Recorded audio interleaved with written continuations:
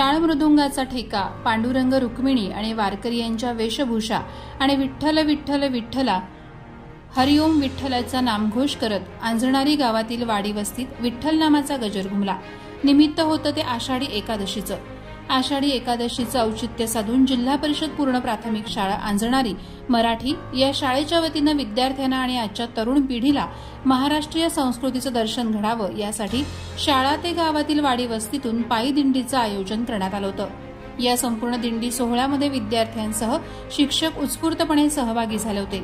आकर्षक वेशभूषा, नऊवारी साड्या, डोक्यावर तुळस, हाती टाळ मृदुंग आणि विठ्ठल नामाचा गजर यामुळे साक्षात पंढरपूर साकार झाल्याचा आभास या ठिकाणी दिसून आला।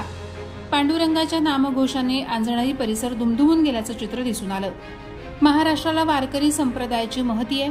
असंख्य वारकरी पायी वारी करत विठू माऊलीच्या पंढरी नगरीत दाखल होत असतात। या पार्श्वभूमीवर आधारित भक्तिमय वातावरणात आज जिल्हा परिषद शाळा आंजणारी मराठी यांनी वारीचं आयोजन करून गावात भक्तिमय वातावरण तयार केलं।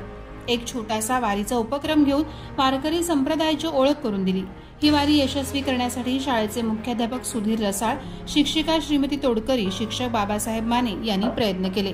प्रहार डिजिटलसाठी संतोष कोत्रे, लांजा।